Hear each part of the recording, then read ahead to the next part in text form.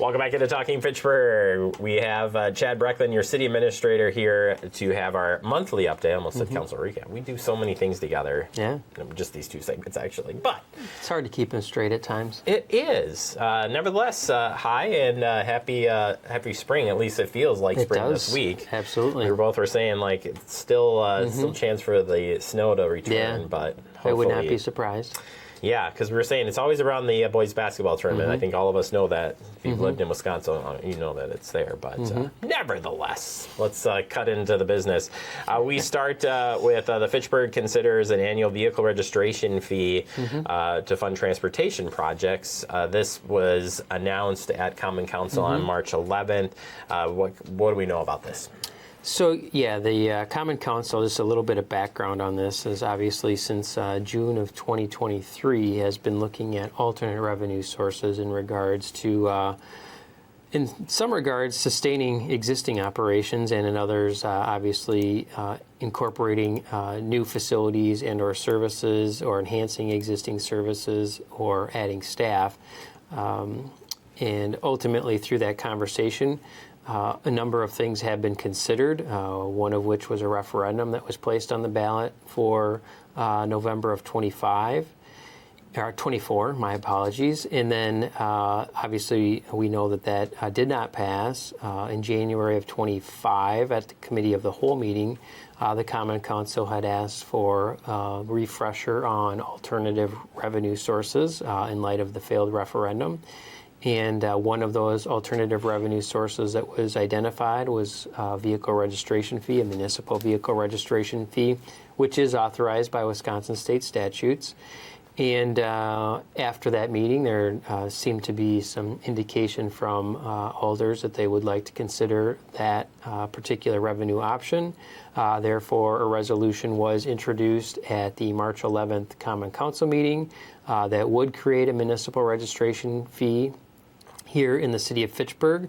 That fee is proposed to be $40 and would be collected by the Wisconsin Department of Transportation beginning August 1st, or for any vehicles with registration expiring after August 1st that are subject to the vehicle registration fee. And then on April 8th, that's when the discussion will be taken up by Common Council. Correct, yes. About a month from now, the Common Council will actually consider this resolution. Last night it was just introduced and referred, if you will.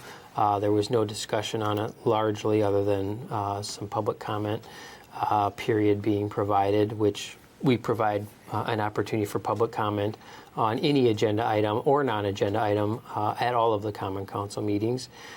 And when this comes back on April 8th, the public will certainly have an opportunity to comment whether or not they support this particular item. And they can always reach out to their alders directly by phone or by email. Yeah, and you can check out our website at fitchburgwi.gov. We do have information up there, exactly what Chad had just mentioned, some FAQs, even a video of you walking through what it means for that. And then again, contact information on there as well. So it's there and available. And again, we don't have another meeting in March. It's was postponed due to lack of quorum. So we'll be back on April 8th there with the next Common Council meeting. And of course, you can tune in here to Fact TV to catch that meeting if you would like. I always got to sneak that in. You know, absolutely. It's sort of like I work for them, so I got to kind of do that.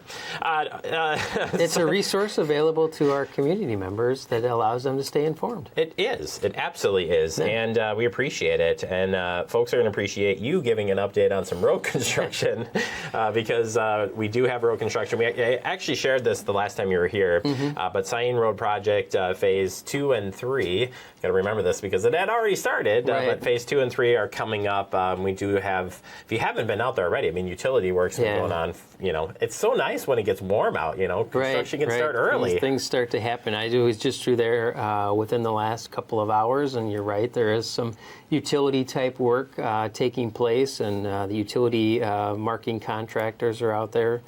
So ultimately, as you mentioned, the second and third phase of the Sain Road reconstruction project are slated to happen this construction season. The third phase is actually going to start in advance of the second phase. And the third phase basically covers the intersection of Sain Road and McCoy Road, and an area slightly north on Sain Road, and also an area south on Sain Road to West Clayton Road. That project is slated to begin March 24th. And then phase 2, which is the reconstruction of the section of Sain Road from West Clayton Road down to just north of East Sherrill Parkway, is slated to begin April 21st. So obviously we recognize that this will be another year of disruption to those who live and or drive in the general vicinity or on South Sain Road. And we recognize that that is an inconvenience. Detour information will be posted and available on the city's website. And we do hope that folks exercise caution as they're utilizing alternative routes to get wherever they're headed, and be respectful, particularly if they're driving through residential neighborhoods, that they should be mindful of their speed, being observant, and driving appropriately. And they are, as well, closing the trail there too. So there's a pretty large trail. I'm trying to think which one's that, Cap City. That's a Cap near City there. trail, yeah. But there's a walking trail that's just beyond that. That's going to be closed as well during this. Sure. So reminder of that as well as we go through there. And we'll provide updates. Chad will be back to provide updates on that. Yeah. And we'll pass them on daily here through TF. This is the last section. These are the last phases of South Sain Road, because I think we've been talking about South Sain Road for 4 years. Well, yeah, because we had all the meetings to gather the input, and then you kind of had that phase 1 go through, and then a pause, and then picking up here. So yeah, it's going to be very nice when it's done. A lot of safety features there, and looking forward to having that wrapped up. But again, you'll get updates here as we go through that project. A quick update here on the fire chief process. We had the 3 candidates got to meet with the public last week, and where are we at with that status, and when might we know there'll be a new fire chief in Fitchburg? Yeah, so by state statute, police and fire commissions are responsible for hiring and firing police and fire positions, specifically in this particular case, the fire chief position. So there has been an ongoing process since the beginning of the year. I think there were 7 or 8 candidates that were invited to participate in a process last week. And then through their participation in day 1 of that process, there were 3 finalists identified to participate in day 2 of the process. One of the phases of the process that those 3 finalists participated in was a public forum and reception last Thursday night at Fire Station Number 1. Each of the 3 candidates had an opportunity to answer the questions that were posed to them by a moderator, and then interact with any of the community or fire department members that were present there. So the Police and Fire Commission is taking in all of the information that they have received throughout this process. They will be meeting again on March 19th. It is possible that a candidate could be moved forward at that point in time. However, it's my understanding that the Police and Fire Commission intends to conduct a background investigation or pre-employment background investigation on that particular candidate if they choose to move forward with one on the 19th, and that the candidate would not be released, the name of the candidate would not be released until everything was all wrapped up. All right. Well, we'll look forward to maybe next time you're here filling us in on where that's at. Yeah. Finally, it's springtime, and during your update last night at council, you had mentioned a few things opening up for springtime, but I think of the Spring Recycling and Tread Day event, which is scheduled for April 12th, right here on the city campus. 8 a.m. to 11 a.m., Jeremy. You going to be there? I do not plan to be here for that particular event, but anything is possible. I don't know if I'm going to be here either that day. I haven't decided yet. Yeah, I might have some things that I would need to bring in, but I don't anticipate doing that either. Yeah. But ultimately, I would encourage anyone who has paper shredding that they would like done confidentially, or any electronics that they would like to have recycled. This is their opportunity to have those things taken care of here by coming to the City Hall. There's a great group of staff and volunteers from the city and its commissions and committees who put on a really good event. It's been quite popular over the years. It's always interesting to see how many pounds of paper were shredded and how many pounds of electronics were turned in for recycling. It's a great opportunity, again, for folks to take advantage of that particular event. So I would encourage folks to do so.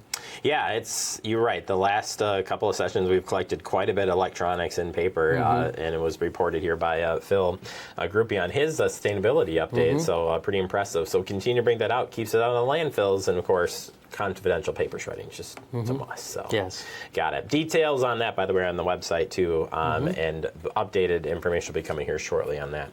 And then finally, the courts are open. Yeah. What courts are open, Chad Brecklin? The tennis courts at McKee Farms Park have been reopened. Obviously, those were recently reconstructed last year. I think they were available towards the end of the playing season. And the pickleball courts at McGaw Park have opened for the season as well. We did something a little bit different with both of those courts last season at the end of it. Both of those courts have obviously recently been constructed or reconstructed, and we wanted to make sure people weren't necessarily utilizing those during the winter time and potentially taking a shovel out there and those sorts of things. So we reduced the tension on the nets to ideally extend the life of those nets a little bit longer, and actually close those courts in order to encourage folks to just stay off of those during the winter time. But I am pleased to say that both of them are now open, and in addition to the existing McGaw Park pickleball courts, we anticipate construction beginning later this season on 4 additional pickleball courts at McGaw Park as well. Yeah, if you haven't been up there, constantly busy. Yeah. Also impressive play too. Like it's something else. So, right. Yep. Yeah, get up there and enjoy that, and we'll keep you updated on that construction project as well as a lot of stuff coming up this year. There is, So absolutely. very excited. All right, Chad, appreciate your time as always. We'll check back in next month. Thank you, Jeremy. Thank you.